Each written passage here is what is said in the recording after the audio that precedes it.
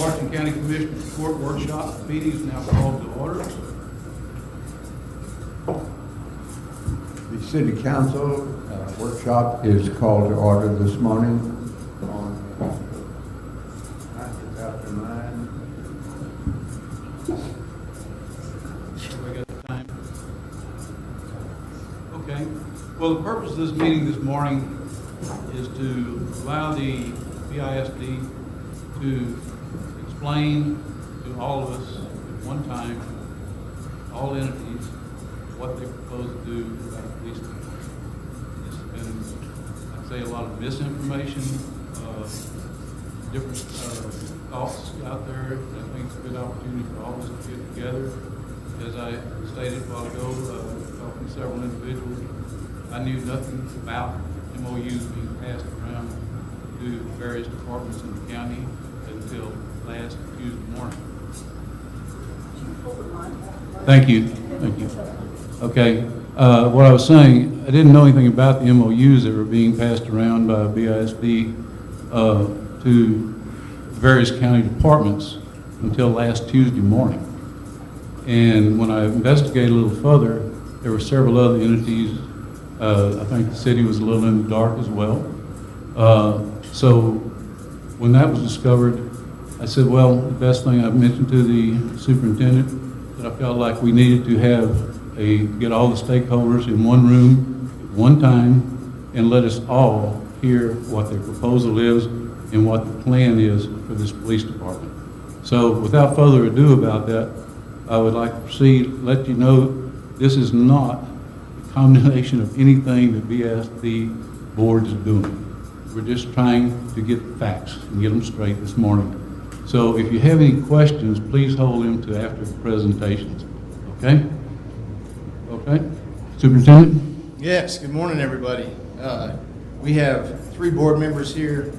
Board President Natalie Lang, Vice President Tommy Sullivan, and then Board Member Jared Krennick. So we do not have a quorum here, so it's not a called meeting. I wanted to make sure we had that. We're happy to be here this morning. We welcome the opportunity to get everybody on the same page. And as Judge Durenberger said, we met last Tuesday. We felt like this was probably the best course of action to bring everybody to the table so we can get all the information out as to where we've been, what we're currently doing, and where we hope to go. With me this morning is, to my left, Clay Gillentine, Assistant Sup for Student Services. His left, Jay Hufty, our Director of Safety and Security. And then the gentleman at the far end is Chief Jeff Yarborough, who is our consultant through this process. Give you a little bit of background on Mr. Yarborough. Chief Yarborough, he is currently the Chief of Police at Hutto ISD. He's City of Hutto, I'm sorry, City of Hutto. He's started school districts for Bastrop and for Round Rock ISD. He developed a plan, a structure, so to speak, called the 4 Pillars of School Safety and Policing. He has since wrote a book on that, and it is that plan and that book that are used as the capstone project for the Texas School Safety Center's master levels school-based law enforcement training program. Lots of recognition from the state, both the House of Representatives in his development of policing and also from the Senate. So when we say we have the gentleman that wrote the book on school policing, we literally have the gentleman who is the expert in the room on school policing guiding us and helping us through this process. We recognize that this is not something that administrators know. This is not our everyday practice to start school districts. It's not our lane at all. So we wanted to make sure we brought someone on board to help guide us through that process. So with that being said, why are we here today? As the judge said, we're here to kind of get on the same page. We're going to give you guys a little bit of background about school safety and where we are that got us here. Clay will speak on that just a little bit. You know, when parents send their kids to school, they send us their most prized, and I hate to use the word possession when I'm referring to a child. They send us the most important thing in their lives. We don't take that lightly. We're continually looking for ways that we can improve, ways that we can keep them safe. Sometimes that's hardening of the buildings, and sometimes in our environment today that's having armed officers or individuals on our campuses. So I'm going to reflect on a few weeks ago. We had an incident that took place in our community over a weekend. We got the community kind of, justifiably so, a little bit on edge, a little bit excited. a little bit scared. And that sentiment traveled into our schoolhouses on Monday morning. All that weekend, I was in conversation with Clay and with Jay to say, how are we going to ensure that our students, our staff, and our parents feel good about coming to school on Monday? We did the best that we could. Jay reached out to local entities, many represented in the room, and we appreciate your help in this process as we do every day. Monday morning came around, and we had a very, very low attendance rate. We got a lot of emails and a lot of calls and a lot of text messages saying, we just don't feel comfortable sending our child to school today. I understand. We continued to work with local law enforcement to make sure that we had a presence. I even asked Jay to put his constable's uniform on, step away from being an administrator for Brenham ISD, and put your constable uniform on, because we needed to have as much show of safety and security presence that we could have. Tuesday morning came along, and our attendance was a little bit better, but still nowhere close to what it normally is. Still a lot of text messages, emails, and phone calls coming in about how are we going to keep our kids safe. I get home Tuesday night, and I'm reflecting. I'm sitting on the couch about 10 o'clock, and I received a text message from one of our teachers. I'm going to read the text message to you. She says, "Hey, sorry to bother you so late, but I'm coming to you as a mom. My daughter's not been to school in 2 days. I know as a teacher I should be forcing her to go, but as a mom, my heart breaks for her and the kids having to deal with this." She works herself into a full panic attack, and tonight she's in tears just talking about it. I keep trying to tell her that they have officers at the school, and they're checking everyone that enters the building. I'm at a loss. One of those times I wish we still had online learning. You know, as I received that text message, and I'm reading through it, and I'm telling myself, how do I respond to this? Yes, educator, but also, in this case, very much a parent. So I responded from both of those lenses. I said, I'm so sorry she's having to deal with this. The reassurance you're giving her is exactly what I would tell my own daughter. I can't say that if I were in her shoes, I wouldn't feel the same way. But I do know that I have faith in the safety protocols we have in place. That is still one of the safest places they will go.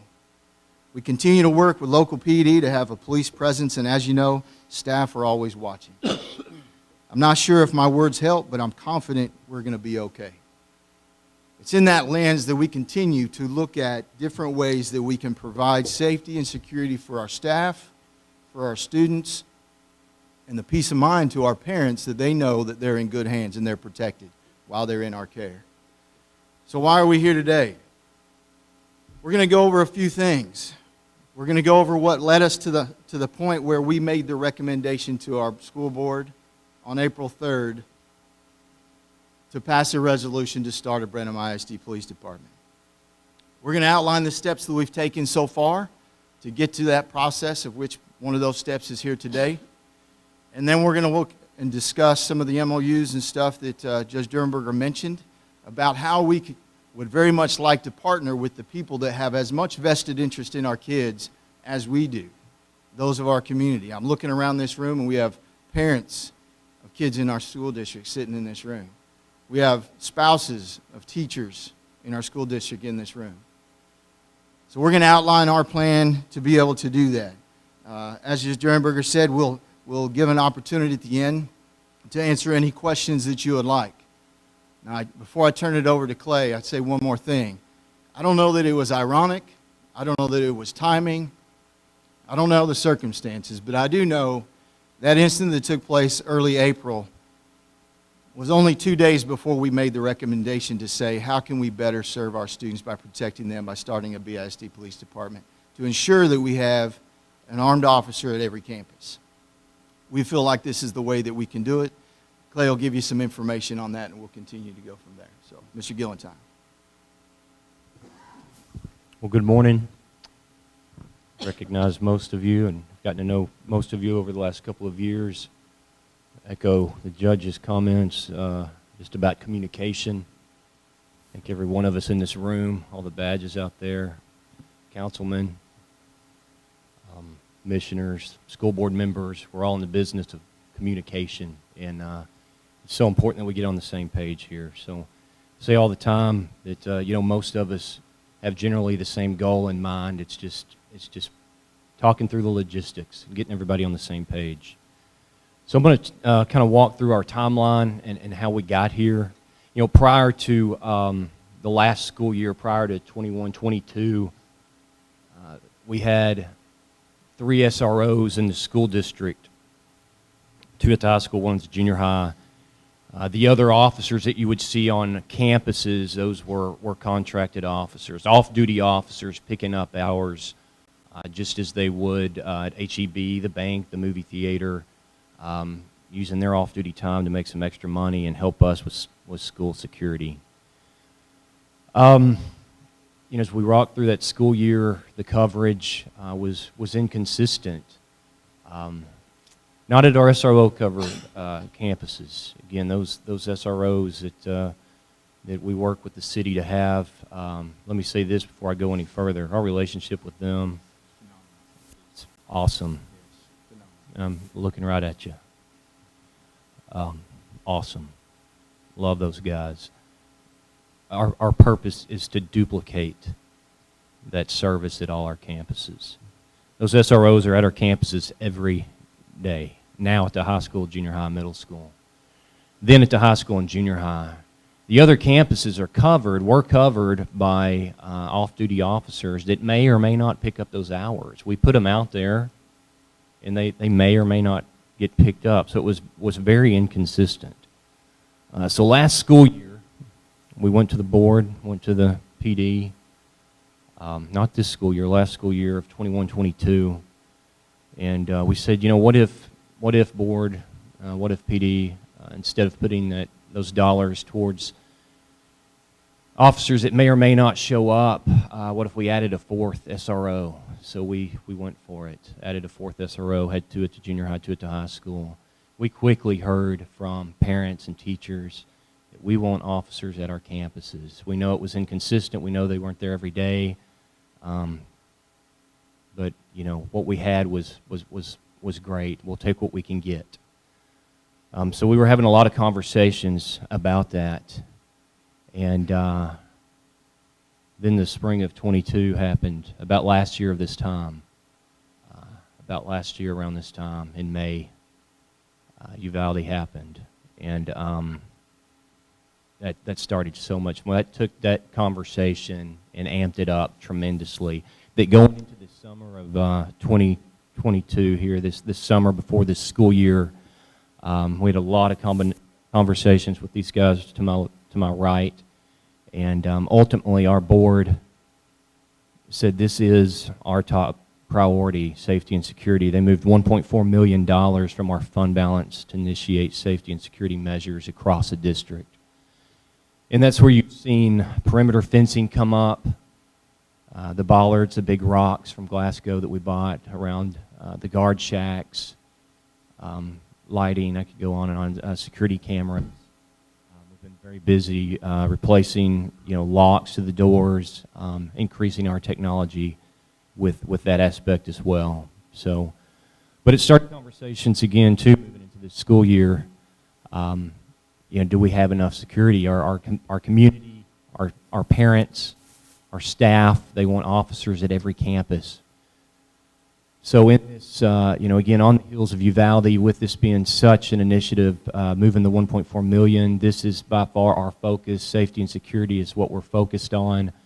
We're going to add a 5th SRO, worked with the PD to add a 5th SRO, a sergeant, giving us an SRO at the middle school, the junior high, 2 at the high school, and the sergeant would office out of the junior high but could be mobile, could go check on the other officers, could check on the other campuses, could patrol, if you will. And we'll continue also, the board said, we'll continue with the contracted services. We'll pick that up as well. So we started strong this year, the beginning of the school year, again on the heels of Uvalde, increased our SROs to 5, and picked the contracted services back up again. And again, being on the heels of Uvalde, it was the focus of everybody. Those tired police officers coming off of their duty would pick up that contracted service anyway. They'd pick up those extra hours. They may not feel up to it. They may rather get some sleep than the money for picking up that duty, but they were going to pick it up anyway because it was at the top of everybody's mind. And we rocked along pretty strong through this fall semester. And then rolling into the spring, these last couple of months, we were at about 50% coverage at some of our campuses. And again, no fault of anyone. We've got officers working hard throughout the community. We put those jobs out there, again, just as you would at an HEB or a bank, to pick those duties up. And sometimes they get picked up and sometimes they don't. So at those elementary campuses in February and March, we were at about 50% coverage with officers. Again, our SROs, they're there 100% of the time, every day. They are there. That's their job. That's where they're supposed to be. They're there, the middle school, junior high, high school. Elementary is about 50% coverage. So that started this conversation. What can we do to get officers on every campus every day? And then, Captain, if you'll remember, y'all came to visit us about, as a leadership meeting, to say, hey, we know that we said we'd have that 5th SRO for you this school year, but things are tight. We're short on officers. We can't keep doing it. We're going to have to go back to 4. So now we're looking at each other. We're down to 50% coverage at our elementary campuses, and the 5th SRO that the city was providing, they were going to have to take back, and we're back down to 4. So that started the conversation. We started having a conversation with the school board. I don't know if my batteries are going low or what. That started our conversation with the school board. Okay, what now? What now? We've tried this a couple of different ways. So they said, go ahead, look into it. Look into what it would take to start your own PD. And so we did. And after running the numbers and doing the math, we figured that we could put an SRO on every campus for the same price it was costing us to, and not to put a price on safety and security. Even if it was more, we'd be having this conversation. But to the same price it cost us to budget for 5 SROs, to budget for security at every campus every day for 8 hours a day, plus the cost of all our extracurricular security, every football game, every basketball game, every junior high dance, every time there's an event, an activity, we're paying for officers. You take those 3 costs, the SRO costs, again, the officers at every elementary, what we budgeted for, again, not what we're getting, but what we budgeted for, officers at every elementary every day, plus the cost of security. We could put an SRO on every campus for approximately the same cost.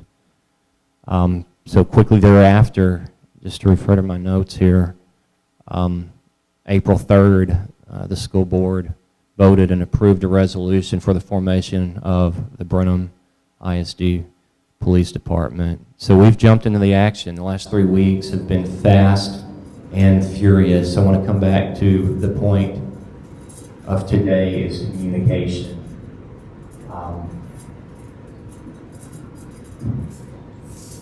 I say sometimes as a assistant superintendent for a school district, sometimes it feels like being the director of the complaint department, and I think everybody understands what that feels like when you're in government positions. You badges out there, so often you're listening to concerns and complaints.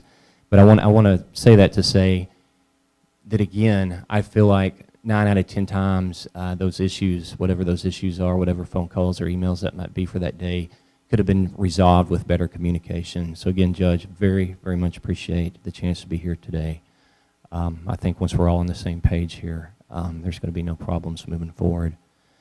But the last few weeks have been so fast and furious that maybe some of those conversations that needed to take place didn't take place. But on April 3rd, we got the chance to move forward with that Brenham ISD Police Department. We had our TCOL visit yesterday. TCOL rep came out, Jenny Jones, Sergeant Jenny Jones, the Special Services Division. She does the site visits to start the police departments across the state of Texas.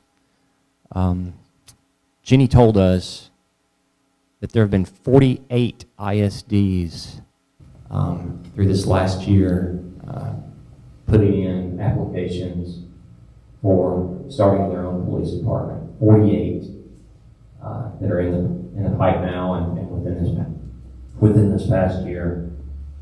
Just again to come back to how important safety and security is and the amount of attention it's getting. We're not alone in this. Again, almost 50 other districts are going through this process with us right now. She came out for that TCOL inspection yesterday. No problems whatsoever. We passed that inspection. As far as I know, there's been some questions about equipment. Again, the last few weeks have been fast and furious trying to get everything in place. She feels very good about our timeline, especially the steps we've taken so far. Even with vehicles, we could have vehicles as quick as this week. We've taken a lot of steps to get this thing moving. The next thing we need is an MOU for dispatch services with the county. And that's what this conversation is really focused on today, is being able to establish that with the county for dispatch services. Dr. Chaplin's going to talk us through that process. And I just want to go back a little bit further prior to Dr. Chaplin and Clay being here. I mean, this started years ago, you know, whenever we made it a priority to have an officer on every campus. And we knew at the time, you know, when there were days where there wasn't coverage, that eventually we would probably have to go to having a district police department. And that was something, as we talked to other boards across the state whenever we're at board training conferences, and they were having the same issues. You know, police departments, especially in towns that this size and larger, you know, it was becoming more of an issue to fill those spots with off-duty police officers. So these conversations really go back years ago, and knowing that that eventually was going to be something that we had to do. Thank you. All right, a couple of things to echo what Clay mentioned and Natalie just mentioned. This is not something that is a knee-jerk response to something. We've been looking at our data over a number of years to see where we can get officers at our other campuses, the ones that we don't contract with directly for the city, for our full-time officers. And mentioning again, we are extremely appreciative of our city PD, our sheriff's office, Glen PD, for those individuals who, when they are off duty, they sign up to come and cover our elementary schools. They interact with our kids. If you drove out there, sometimes you're going to see them playing with our kids on the playground. We have zero complaints from that standpoint. Every Wednesday, Clay and I rotate to a different campus, and we sit on the campus during the lunchtime so teachers can rotate in and always start off with share a celebration first, and then give us some constructive feedback. And just about every week it is, we don't have an officer on our campus this week. We don't have an officer on our campus this week. They're very, very conscious and very aware of when we do and when we do not. So that's where we came from. Clay kind of touched on the fact that where we are, we've, as I said, contracted with a consultant, Chief Yarborough at the end. Gone through the application process with TCOL, which is the Texas Commission on Law Enforcement, to make sure that we are going by the steps that they require. Met yesterday with Sergeant Jones. She came down to the office, toured the office, asked a lot of questions that they need to have for TCOL and the application process to make sure that we're doing the things that need to be done to the standards. And that TCOL process for an ISD is no different than it is for a government entity or any other entity. We have to meet the same level of standard of police force that anyone else would have. From there, at the same time, as Clay mentioned, we started looking for equipment. I know I've been asked the question about vehicles and stuff. Clay mentioned vehicles. We have contacts with a lot of ISDs who currently have police departments, and as they roll their old vehicles off, they're still in very good shape, much like some of our entities' well-maintained vehicles that we can get for a very low price. Very low price. They will come fully outfitted. We'll take that ISD sticker off the side and put our Brenham sticker on the side. Light bars and everything. Vehicles is And talking with Sergeant Jones yesterday, she indicated that many times school districts will put a vehicle outside before they put an officer inside. It is that vehicle's presence, she indicated, that oftentimes is the deterrent. The officer inside is the reaction.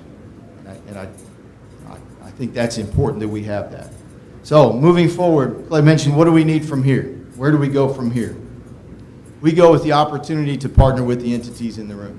As I said earlier, you guys have a vested interest in our kids, in our community, and ensuring that our staff, our students, and our parents are all safe and comfortable with sending their kids to school. So a couple of MOUs that we need, and Judge Sternberger referenced the MOUs going around.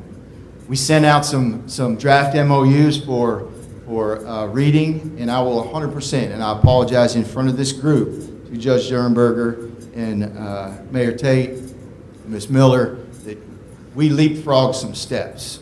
And as Clay said, communication is very important. We leapfrog some steps, and that is on me, and I apologize for that. Judge Sternberger and Ms. Miller are, I consider them not only professional colleagues, but we have a good working relationship. I have their cell numbers, and I should have used those. That is on me. They were rough. We've got another one that I'm going to send out today that TCO said this is one that incorporates all of it, primarily from the county, not necessarily needed from the city because of the services that are provided, that I'll share with the judge today and he can share out. But I sit here honestly saying, we know that you guys have been getting along for a long time.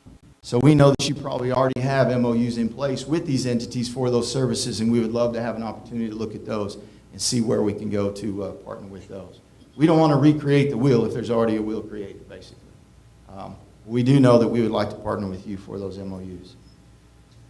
So to summarize, an interlocal agreement with the city for the BB-WAX access, MOU with the county for the access to the non-terminal agency agreement, so we have that in place, and then all the collective entities for the overlapping jurisdictions. Where we are in the process. Clay had mentioned, yes ma'am.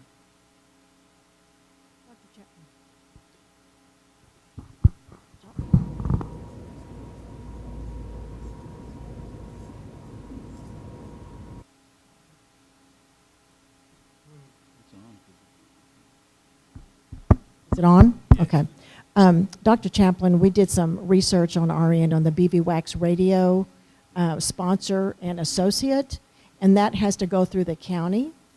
So we'll need to, I talked with the judge yesterday, and Gina Bellinger, our city secretary, director of administrative services, looked at that last night. So we'll need to get that over to the county because they sponsor Blinn. What are the other counties they sponsor? Robertson County and Madison County. So those sponsor and associate agreements go through the county, not the city. That streamlines things quite a bit more, so thank you. So I would like to say something. So thank you all for being here, first of all, because this is a community effort. I will tell you right now, our children's safety is a community effort. None of us here are here because we don't care about children. And at the end of the day, I appreciate the district for allowing us to have this meeting, to have this open discussion. Some of the things I'm hearing today I'm hearing for the first time. So I will say that a community that comes together in the big moments, this is one of those big moments. And I am so glad to be a part of this big moment. If you remember back the long years ago when we had COVID, we all experienced the opportunity to work together. Working together made that effort a huge success for not only our community, but people outside of our community. There is not 50,000 people here. So when we vaccinate 50,000 people for COVID, we're going outside of our county boundaries. This incident, this situation that the school district is facing is something that's not an anomaly. It's something that's happening to everyone. What is different is we are in Washington County, and when I go into HEB, these people and all of you see me. And when I make a mistake, they're more than willing to let me know. Right? Y'all do? Okay. The thing is, my dad always told me, is that when you make a mistake, own it. What is happening here today is the school district is doing that. I appreciate that so much. But what I would like to see is more dialogue on how we're going to make this work. Because, as you said, these young people are so valuable, not only to their parents, but to the future of our community. And so we, as a collective group, need to work together to make this work, to make this the most successful school district police department in the whole realm of school districts. Okay? Look, we strive to be the best here. That's what makes us unique, as a unique county. All of us here know that we want the best. So I'm more than happy to work with the district to make that happen. I will tell you that I think that there's another MOU that we need to have, and that's called a reunification MOU. And the reason I'm saying that is because, God forbid, some person decides to harm others in those schools. You'll need a place for those kids to come to get reunified with their families. The county is in an effort, has an opportunity to be a part of that. We are more than willing, and I think that that MOU can be in tandem with all of this, because in my very own opinion, I cannot speak for these guys. They speak for themselves, trust me. We're all like a big family, right? We don't get along all the time, but when we do, we move the ball down the field. So what I'm saying is I think we really need to make a concerted effort to step back and look at everything and make sure that all the T's are crossed and the I's are dotted before the county gets into any MOU with anyone, because we like to operate that way, and I'm sure you guys do as well. I know that there is a little bit sometimes in these situations, there's a little bit of fear that rides along that drives us. That's not necessarily a bad thing. That it sometimes can be a good thing. But what we have to understand is sometimes fear makes us do the wrong thing.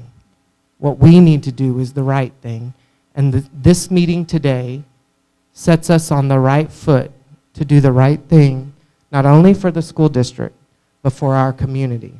Look, every single one of these parents, they're going to call us too. Okay? So we have a vested interest to making this right. I told the judge when we started this conversation about having this public meeting, I told him, I said, this is not a meeting to bash the school district, because I'm not going to go around and bash people who get bashed just like I do. Okay?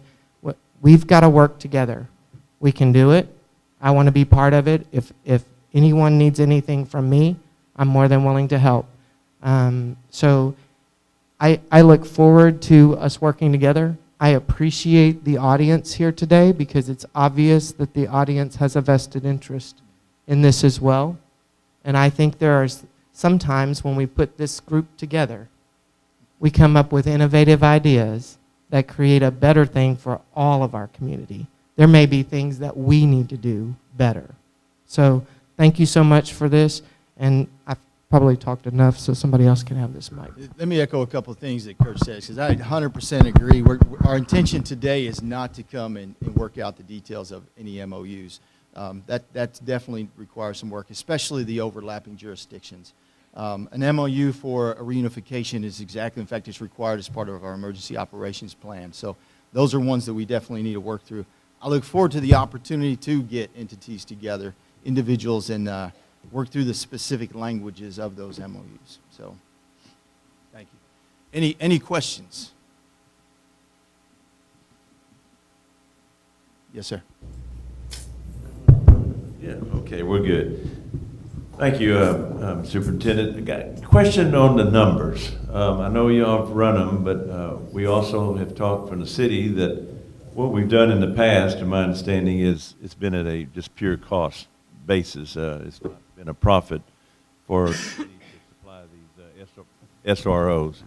So would it not, just from an economic standpoint, and you have those numbers, but contract, and I appreciate extra security that you need. To be without security on some of those campuses is not good to hear. Right.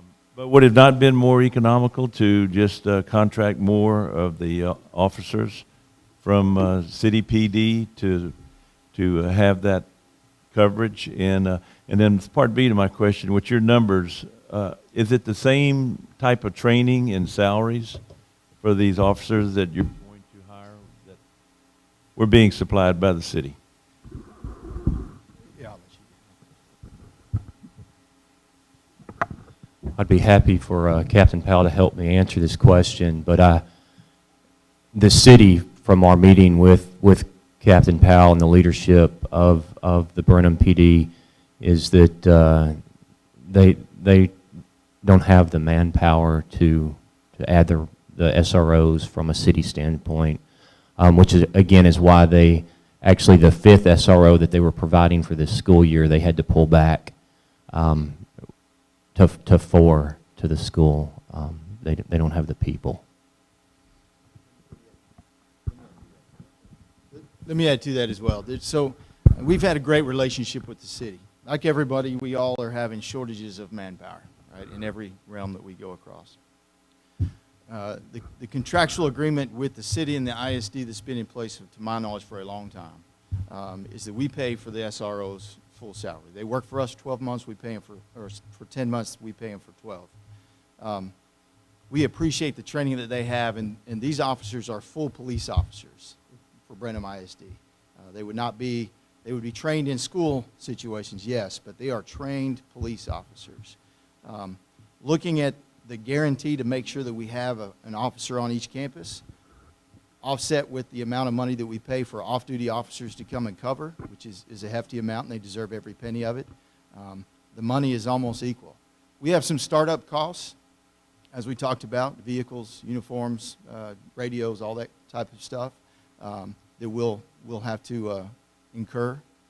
But once we incur that cost, our cost, when we total up the amount of direct contract expenses with the city for our 5 SROs, the off-duty cost for our officers at each of those campuses, and then the off-duty cost to have our officers at football games, baseball games, basketball games, prom. This morning, sitting at the stadium to watch our football kids. We have an officer there while our football is working out for practice. When we start adding up all of those costs and look at the amount that we budgeted for full coverage, we are under that total amount for that. So the salaries would be competitive with current salaries. What we offer and can offer those officers that feel like they want to apply for Brenham ISD School District Police Department, most of the time you're not working on Saturday and Sunday.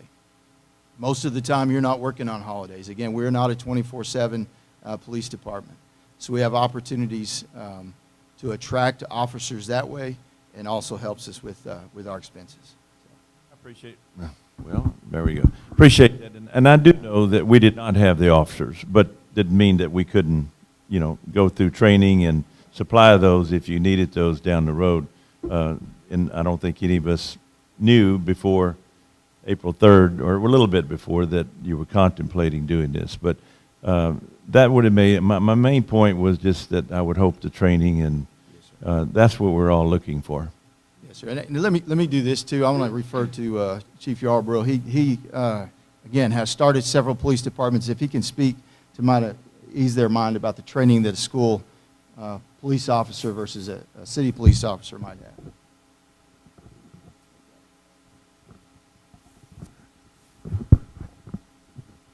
Good morning. Thank you for the opportunity to be here to participate in this community discussion. I will tell you that school policing, contrary to popular belief, there was a time when you would have officers, and there are a lot of the the seasoned veterans in here will tell you, there was a time in school policing when you would find officers who were placed in the schools typically were the ones that couldn't function on the streets, or they were the ones that people could spare. Those times have changed now. School policing is a specialized area of law enforcement. It's no different than when you take detectives. There are certain people that have to be selected to serve those roles. In school policing, you have to have the proper temperament, you have to have the proper training, you have to have the proper mindset. You have to be able to go from 0 to 100 real quick if you need to. I do training around the state and the country on school policing and school safety, and during my presentation, I will ask people, after I talk about what our officers need to be for our children, I will ask them, so do you think I'm saying that our officers have to be fluffy and furry? And they're like, no, we have to be tough. And I said, I am saying that they need to be fluffy and furry, but they have to be the sheepdogs, and the only ones that need to be afraid of those officers are the wolves. And that comes with the training that officers get. Here in the state of Texas, we're required through the Texas School Safety Center. We go through the introductory school-based law enforcement, intermediate, advanced, and now they pushed out the master's level training. In addition to that, officers go through alert training.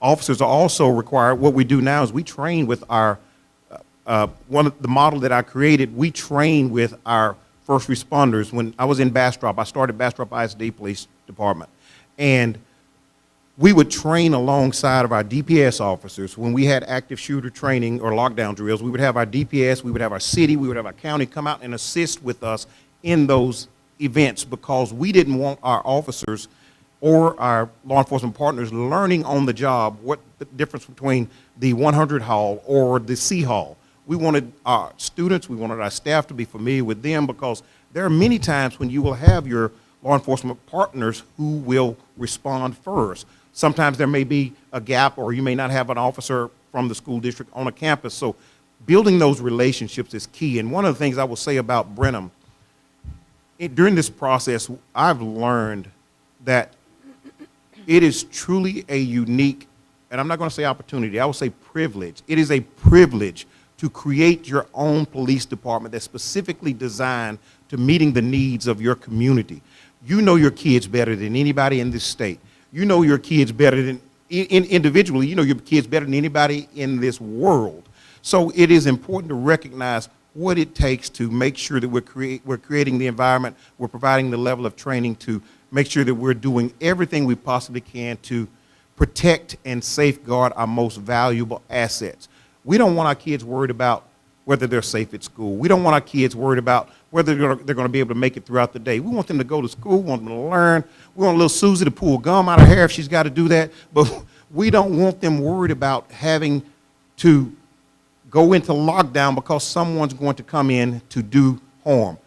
That's our responsibility as a community to worry about those things. And when you think about the training that law enforcement gets, in school safety, school policing, when I created Round Rock ISD Police Department, we had an officer who moved to Texas from Chicago Police Department. She joined our police department, and she was a trainer at the academy at Chicago Police Department. We had an officer from Portland. We had an officer from Dallas Police Department. We had Austin Police Department former officers. We had former Rangers, which are freaking awesome, just saying. So we had a lot of good quality officers who, when the defecation hit the ventilation, they know how to deal with the problems. So that's the thing. You want to make sure that not only are they able to take care of what they need to take care of in the event of a critical incident, they know how to take care of our kids in all situations, whether it's being an advocate, whether it's being a mentor, whether it's helping those kids, recognizing and building those relationships to whenever you see a kid who's slightly off the normal path of that bubbly attitude, they can recognize that and recognize the resources that exist inside that school to get them the support that they need so they can overcome those issues. Our goal is to create the safest pathway forward for our kids so that they can excel and exceed in society and in life. And with the training that our officers go through, you're constantly going through, in fact, I'm working with some state legislators right now, and I've been down at the Capitol and testified on numerous bills that I've worked with legislators on, and one of them is the improving the alert training, that's the advanced law enforcement rapid response training that law enforcement officers are required to take. So make no mistake, when you get police officers working in a school, you're not getting people who are the scraps or the runts of the litter. You're getting people who are competent, capable, and you have the ability to train them up to serve and function in those types of school environments. And so, like I said, it's more than an opportunity. It is a privilege when you have your own police department to build it the way you want it to be so that it can be the model for other agencies. I'd just like to say something real quick. I'm appreciative that you said that, because that was a real concern for me, because obviously I don't think that there's anybody in this community or anybody in this room that doesn't want to assure the safety of our children. I have a son at junior high shortly after the April incident that has been very concerned every time the intercom comes on. So I understand that it is a problem, but and I'm very aware. I've worked with Sheriff Honick quite a bit over the last several years, so I'm very aware of the continuing education and the TCOL requirements. But how are you going to assure that these aren't the folks that are being passed over by other agencies? Because obviously that would be a real concern. And I don't know what the salary is going to look like, just because I can tell you we have had a position open for a courthouse security guard, or a courthouse security which has to meet all of the same requirements, and we have been unable to fill that. And again, that is someone that would only cover the courthouse during open hours. So it's kind of similar in that, and so I do have those concerns, and I just kind of want to know, if what is our backup plan, or what conversations, should we be having between these three entities in the case that you aren't able to attract? Because we have had a very difficult time. That was happening prior to COVID, but COVID certainly exacerbated the ability for very many agencies to not just attract officers, but good ones, because we will get some that come in and they get in and you realize they might have the certification, but they're not the people that we want here. So I just kind of wanted to put that in there. I'm sure Sheriff Honick or the chief could speak to that, because obviously both the city of Brenham and Washington County, this is something that we are always keeping our eye on, because it has continued to be somewhat of a struggle. Yeah, let me answer that, Candace. I also have a child at the junior high. So as a parent, let me say that it's just as extremely important to me as a parent as it is assistant superintendent of the district. I didn't quite get to finish answering Atwood's question. I think yours is much the same. We know that it's a struggle to hire people. We know it's a struggle to hire teachers. We know working with, again, our awesome law enforcement agencies in this town, it's a struggle for them to hire people. We feel confident that what we can offer as an ISD PD, we do have a very competitive salary. Our midpoint is right there where our city's midpoint is with a starting pay. But you're looking at positions that are school hours. Teacher schedule, 7 to 4 or 7:30 to 4:30. There's going to be a lot of officers interested in that, to Jeff's point, across the country that are interested in working 187 days a year. They will have the responsibility of picking up extra curricular events, after-school events, again, dances, football games, etc. But to answer your question, yes, sir, we feel like the job's very attractive. If I, as a police officer, can work a teacher schedule from 7 to 4 or 7:30 to 4:30, Monday through Friday, 187 school days. If I want to take the summer and work at HEB or the bank or some extra security jobs, I can. But if I want to sit home and play Nintendo, I can do that too. We feel like the job is going to be very, very attractive, but at a very competitive rate. Jeff, did you want to add to that? Oh, yes, ma'am.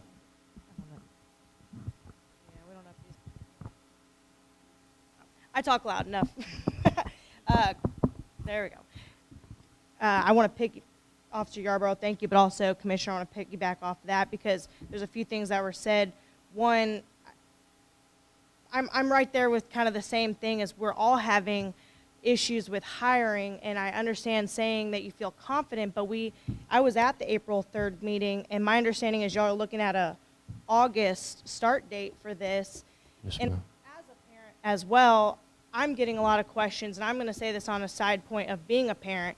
A lot of the questions out there is how is this feasible to have 4 months? We're going to get 11 officers filled, which sound like niche officers. And if there's 98 schools in the state of Texas that are doing the exact same thing, 48 to however, how are we going to be able to compete with all of them and possibly bring all these people from out of state or wherever?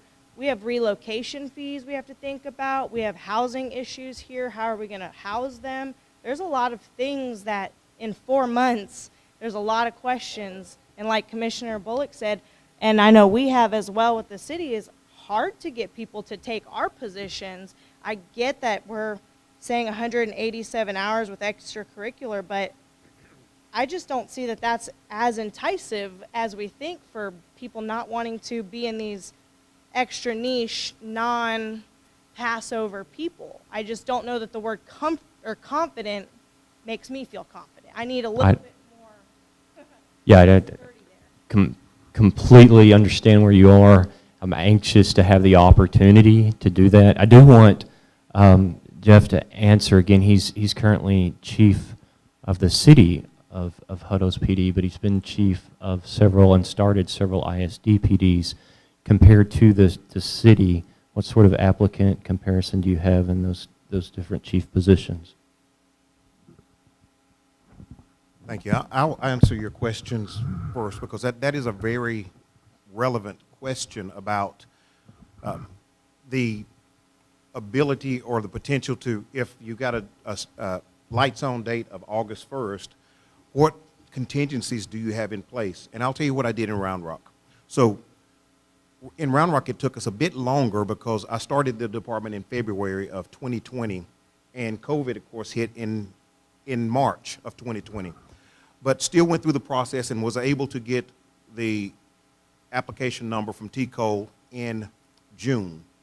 So our objective was to start our police department in August before school started. I was hiring 32 officers at the time, so that was a heavy lift. But what I had that was a tremendous benefit was the partnerships with the city of Round Rock, with Williamson County. In fact, Round Rock ISD is about 51,000 students. We were in the city of Austin. We had schools in the city of Austin, in Travis County, in Williamson County, and in the city of Round Rock. And so we had partnerships with Round Rock and with Williamson County. And one of the things that I wanted to make sure was when we flipped the lights on, we didn't have any gaps. So we created a transition plan, meaning that as we hired and onboarded officers, we would transition out our law enforcement partners. And what precipitated us creating the department in Round Rock was one of the concerns that you're seeing here, and some of the things that have been brought up was the staffing needs for the county, Williamson County, and the city of Round Rock were so high that they needed those officers, and they gave the school district 4 years. They said, hey, we see where we're going in 4 years. Our drop dead date is June 1st. You need to have your solutions in place. And so that's why we worked together with them in partnership. We had the time to do it, and we did. But when it comes to recruiting, Hutto is the second department that I've been the chief of as a city. I was chief of a previous city up in the Panhandle. And one of the things that I've seen, being a chief of 2 school districts and a chief of 2 cities, they both have important functions, but they're geared different. I mean, you can have the best John Deere tractor, which is geared one way, but you can't put it out in NASCAR because it's geared different. They have a different role and different responsibility. So what I'm finding now and what I found with Round Rock ISD when I created that and Bastrop was there is a tremendous interest in school policing. And I've got officers that I hired in Round Rock who would love to come and work for me in Hutto. But the challenges that we have is we have 12-hour shifts in Hutto. We have night shifts. You work weekends. In Round Rock, we paid a lot of money. So they would have to take a pay cut to come to Hutto. So those are some of the challenges that now, as a city, it's like, well, you built something good here, and now it's impacting you here. In fact, there's an officer who was in the portal for Hutto before I started there, and he was in portal for Hutto, and I offered him a job in Round Rock, and they said, man, 2 days before he started, you hired him. And now, finally, since he moved to Hutto, he's coming back. So that's an outlier. We're able to get him back. But there are so many people working in schools who, because of the schedule, because of the opportunities to train on PD days that you may not have in a city, because of the salaries, and because, above all, one of the things that I found is the opportunity to be that advocate, that mentor for kids motivates you. When you have, for example, we had a situation where we had a kid who was having problems at one of our high schools in Round Rock. We had 5 high schools, and we had a kid who, previous year, she was doing amazing. Next year, she got in trouble for having some drugs, and she was hanging out with the wrong crowd. Found out that she had some family issues that led her to move towards drugs as a coping mechanism. Our officers and our social workers worked together with this kiddo, and she is in her 2nd year at MIT because of officers and the impact that they made. And when you have those individuals that are reaching out to the officers because of the impact that they made, that stuff motivates you and keeps you on the road to saying, okay, this inspired me to do this one. I've got this kid that's at the crossroads. I have the opportunity. So you have officers, a lot of times, people will do more for a lot less if they have the opportunity to be appreciated and do more and not less. So if you get officers who are specifically trained and have that true temperament mindset to serve in a school, rather than someone that's saying, hey, I just need a job because I got fired at the last one. That's where your background investigations come in, because you will find those, and those are not the ones you want in your schools.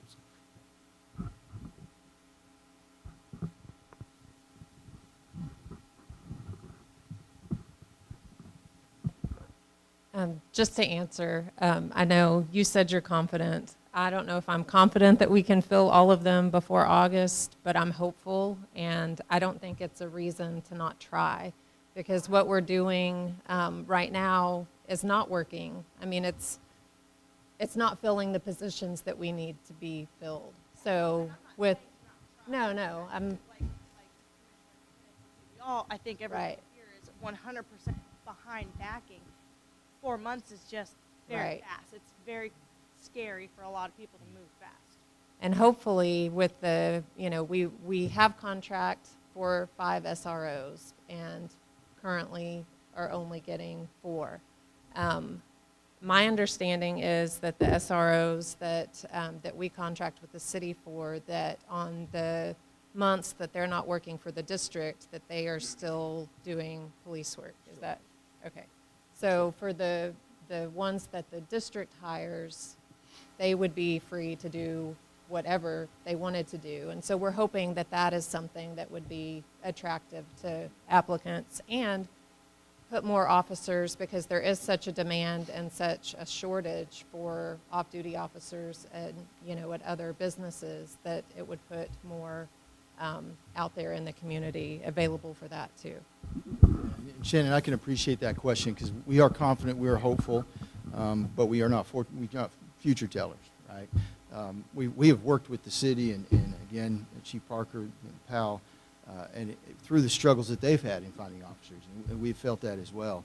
So I was very poignant with Sergeant Jones yesterday with T. Cole, and I said, you know exactly where we are in this process.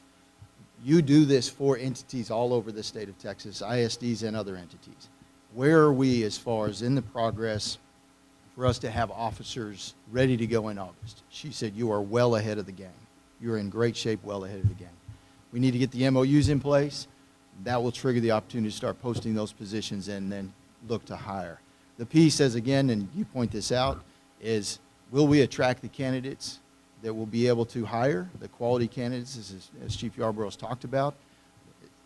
That we are very hopeful. We are very confident in speaking with other ISDs as to, do you attract quality people because of your schedule? And some schedules are very much like ours, not a 24/7 department, and some are that are very large and are a 24/7 department. All of them say we don't have a problem attracting officers because of the hours that they're able to afford. So all I can say is, based on what we are told by experts and people who have done this, we feel really confident that we can do this. I have one with that, kind of to help go into maybe the MOU question, like transition over back into the MOUs, is like, let's say we leave here, MOUs, we're all understood, and it goes the way. I guess my understanding is, like, walk me through the school hours. Like, walk me through what it would look like if an incident on the bus happens or a THC incident happens. So I'm fully understanding the whole process of what each MOU is enacting and how it's working together, so we understand from 7:30 a school officers on campus to something happening. So I personally understand what all of them are doing and why they're important. Great question, great question. The MO that you were talking about is the overlapping of jurisdiction. If this, then what? If this, then who reacts? Much similar to our emergency operations plan and how that would be formulated. So let me let the experts who have dealt with this, as these are details that we would need to sit down as entities and work out.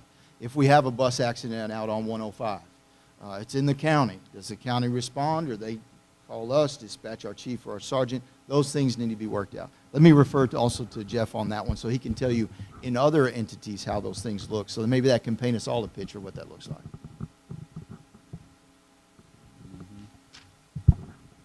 Yeah, so the memorandums of understanding are basically coming up with an agreed understanding between the parties on who would do what and what's the scope of response in certain areas. For example, like you said, if there's an accident, I've seen it go both ways. Some districts will say, if there's an accident on a bus in the county, because it's an accident on a county road or on a state highway or on a city street, that jurisdiction will handle the accident. But if there's a fight on the bus, they consider it a mobile classroom, so that's the school district police department. But again, the MOUs is something that the parties involved can discuss and determine what they all agree is the best course of action with the circumstances that are posed.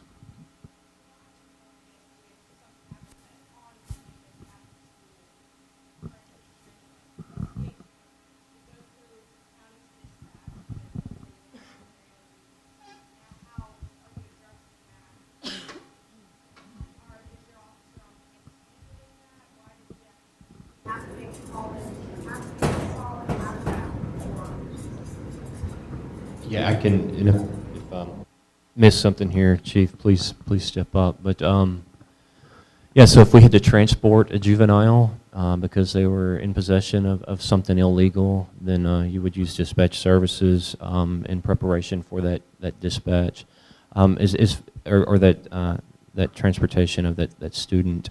And as far as transportation of the student, to echo what Dr. Chaplin had said earlier, we want officers on campus all day, every day. So in that time, we would have the sergeant who is mobile, the chief who is mobile, and again, we have two officers at the high school. One could be mobile to actually help in the transportation of that student. But you'd have to call into dispatch to let them know you were bringing the juvenile in. Okay, question here. We've kind of got your numbers, if you will, on the RSOs. I think y'all have answered that sufficiently, how you arrived at the numbers there. But there are a lot of other expenses associated with what you're going to be doing here. How would you address that? I'll just use dispatch, for instance, since y'all talked about how essential dispatch is. We have our dispatch director with us today, Ms. Robin Hood. She's put together a kind of a overview of what anticipated costs are for that. I know in the MOU you presented to us for dispatch, there was only $30,000 budgeted for that, and that would only cover software. So have y'all investigated that any further? Have you discussed this with Ms. Hood at all, or is that something we're going to do down the road? I just don't want you to be short in what you're budgeting and come up at a later time with unexpected expenses, and then you're in a bind. We can't fulfill your expectations. You have expectations of other departments. That hasn't been addressed at all here today. I think that those things need to be what your expectations are for the county, the city, and Blinn for that matter. So can y'all address those issues? Yeah, the number that was in the MOU is just a number that was in there. It's a placeholder number. We have some budgeting numbers that we have with that. We've worked and looked at some numbers that other districts have. Williamson County has 3 school districts there, and the expenses they incur, what their pay schedule to the county that handles that looks like. So we have educated ourselves a little bit on that from that perspective, but we welcome the conversation here locally. You are the provider here locally to see if that's something that we can work out with an applicable fee. There's a lot of other expenses, and again, we yield to those who have done this before in other police departments. Jay and Clay went and had a good conversation with a large police department down in the Houston area. We've spoken with ISD Police Department in the Houston area. We spoke with other ISD police departments to get their budgeting numbers. Where are you as far as training costs, again, equipment costs, maintaining of equipment costs, radio use costs, dispatch costs, and all of those. And it's their utilizing those numbers that gives us the placeholders.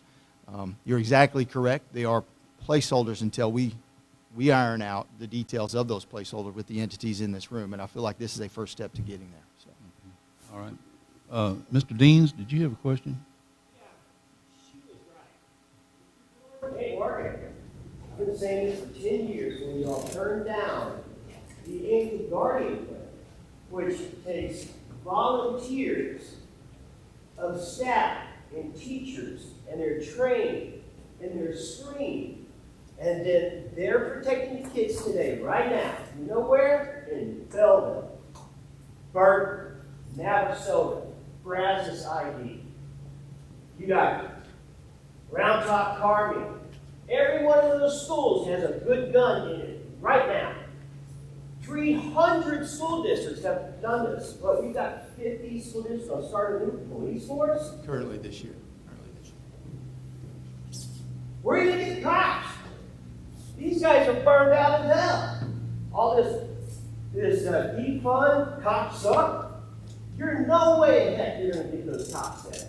Okay? Ask Blinn. How's Blinn doing it? They're not. How's Brenham replacing their head count? They're not. SO's the same way. I've got school districts with 16, 18 armed teachers today, right now, and never across the whole state of Texas or the United States has an armed staff facility been attacked, nor has any child been accidentally shot. Y'all been worried about that crap for 10 years. It has not happened. Have the civilian sheepdog step up in August.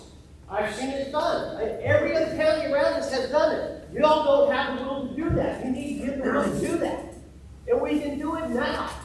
I can guarantee you in Brenham ISD, there are 50 plus LTC ready to go. Ready to go. That will protect those kids. Because today, go to those 3 elementary schools. There ain't one cop there right now. Maybe one, but not in all 3. And it's been over the past 5 years. Y'all been rolling the dice with these kids' lives for years now, and it ain't working. And now you're going to try to start a police force in 4 months? That's hippie fairyland shit. It ain't going to work.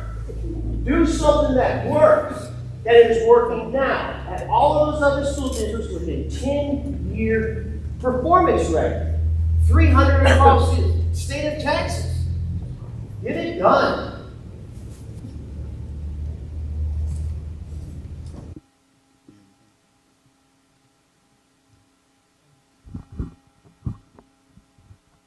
I would just say one other thing. I think it's great that you guys are doing research with all these other districts on dispatch, but when we start this MOU conversation, I think including the county folks for dispatch would be vital.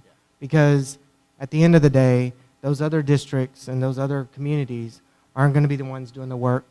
We are. And so it's always best to start in your hometown. And I think we've already identified that was a misstep. And so I'm not here to beat a dead horse. I'm just saying I think what we need to do is get in a room, figure out what is best, what works for this community, and get it done. I'm more than happy to be a part of that. I think any member of this Commissioners Court or that council is willing to do that as well.